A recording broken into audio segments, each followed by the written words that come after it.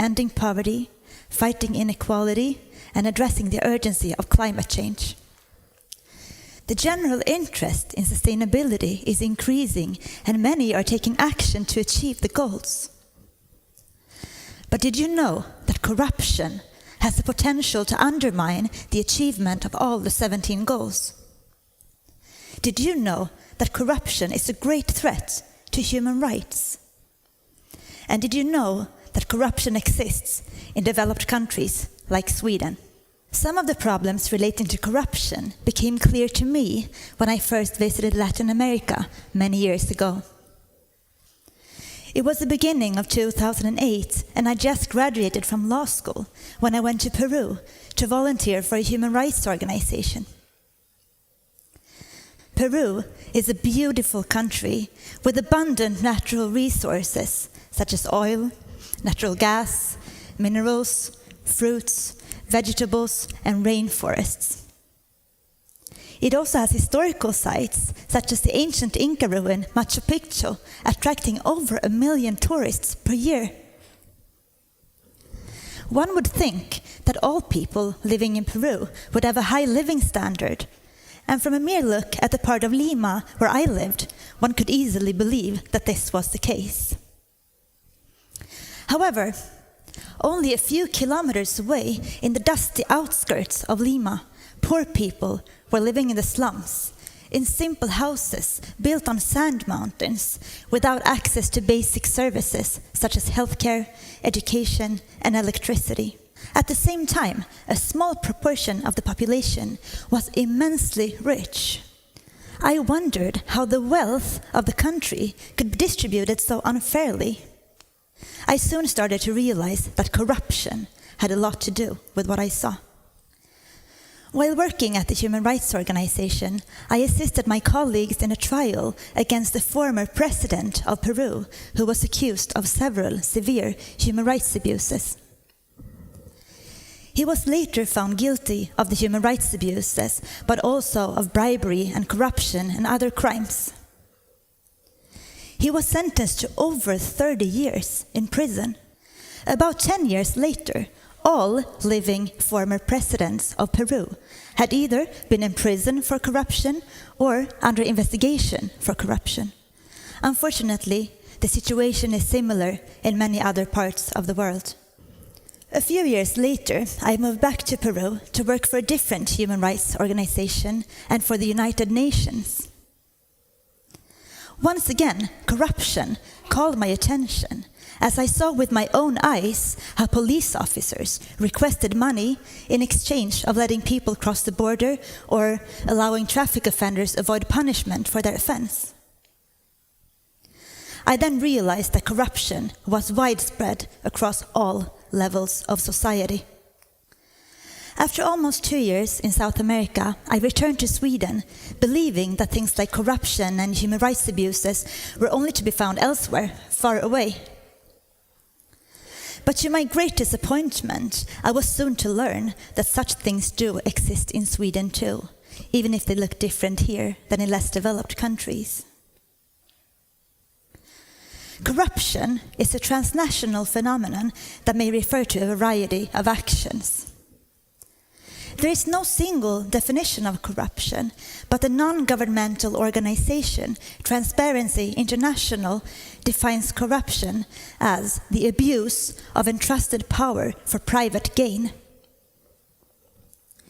Corruption takes different shapes in different countries, but no country is entirely free from corruption. According to Transparency International's Corruption Perceptions Index, Sweden is perceived to be among the least corrupt countries in the world. However, as you may know, there are several examples of where Swedish companies have paid bribes to obtain contracts or permits when making business abroad. But corruption does take place inside Sweden too. For example, conflicts of interest and so-called friendship corruption or nepotism are common here. By the way, and out of curiosity, does anyone here in the room know about anyone who got a job due to personal connections rather than qualifications? Please raise a hand. Wow, that looks like almost all of you. And in fact, in Sweden, a clear majority do get their jobs due to personal connections. Some sectors are more exposed to corruption than others, the healthcare sector being one of them. Maybe you remember that in the beginning of the COVID-19 pandemic, when there was still a lack of vaccine, several managers within Swedish municipalities used their power to obtain a vaccine for themselves and their families before healthcare workers and risk groups jumping the vaccine queue. The general perception that corruption is not an issue in Sweden tends to make us naive, and that is dangerous because you need to look for corruption, wearing critical glasses in order to find it. Employees play an important role in discovering corruption, and a law recently came into force in Sweden whereby the protection for whistleblowers was increased to implement an EU directive. As you might have guessed by now, many consider corruption as the largest obstacle for sustainable development. In fact, the Swedish Anti-Corruption Institute, the IMM, and Transparency International refer to anti-corruption as Goal 0, no corruption. There are several examples of how corruption negatively impacts the Sustainable Development Goals, and I will now tell you a story to illustrate how corruption can impact Goal 3 regarding good health and well-being. My friend's father spent his first summer in the family summer house in Hungary a couple of years ago. He was already ill when he got there, but he got sicker and weaker during the summer and needed hospital care. He eventually died in the hospital. Later, my friend told me that one thing that really tore her apart was that her father was suffering from bed sore in the hospital, and that the nurses would not take proper care of him unless they were provided with gifts, such as flowers or chocolate. At first, I felt shocked. Then I felt angry, and then I felt sad. Imagine how you would feel if you had a loved one severely ill in hospital and not knowing for sure that he or she was taken care of in the best possible way. Sadly, this is only one of countless stories of when people have had to pay bribes to get access to healthcare that they have the right to. In a corrupt environment, more people die too early. In a crisis, like a pandemic or a war, the risk of corruption generally increases. And the saddest thing of all is that corruption tends to hit the most vulnerable the hardest. Quite often, the different goals are interconnected and impact each other. One example is anti-corruption that is indirectly mentioned among the goals, and Goal 5 regarding gender equality. Did you know that still in 2023, women occupy only around 26% of political posts in national parliaments worldwide? This is partially because election procedures are many times based on friendships, kinships, and other unreasonable considerations instead of qualifications. At the same time, studies have shown that gender equality is an important ingredient in combating corruption. Furthermore, the negative economic effects of corruption generally hit women harder than men. For example, women find themselves forced to pay bribes in relation to healthcare and education more frequently than men, and women are more often victims of so-called sextortion, which means the abuse of authority where sexual services are used as a currency of corruption. When rules can be circumvented through bribes, the risk of an unsafe work environment and unfair labor conditions generally increase, along with the risks of forced labor, child labor, and other forms of modern slavery. This shows how corruption can impact Goal 8 regarding decent work and economic growth. Maybe you have read or heard about buildings collapsing, causing workers to die, since poor constructions have been approved with bribes. This has, for example, happened in Bangladesh in 2013, when a factory producing clothes for Western brands collapsed, killing over 1,000 people and leaving over 2,500 people injured. Maybe you remember the images of the collapsed building, the Rana Plaza disaster. A huge challenge in terms of corruption is to ensure sustainability in the supply chain. This relates to Goal 12 regarding responsible consumption and production. Many of the products that we consume are produced in low-income countries with high corruption risks and large sustainability issues in general.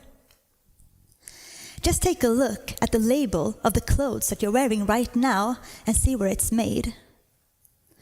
It's most likely not made in Sweden, and the same goes for food, technology, furniture, and so on. Corruption in the supply chain is closely linked to human rights abuses and environmental violations. One example is the fishing industry, where corruption causes severe human rights abuses, as well as overfishing of the seas. As you may know, such overfishing of the seas causes enormous negative climate impacts in the form of increased climate change and global warming. And this shows how corruption can also impact Goal 13 regarding climate action. It is clear that you need to also map and screen the supply chain based on the risk of corruption, in addition to risks in relation to human rights, labor rights, environment, and climate. It is obvious that action is needed to end corruption. But what can we do to improve the situation?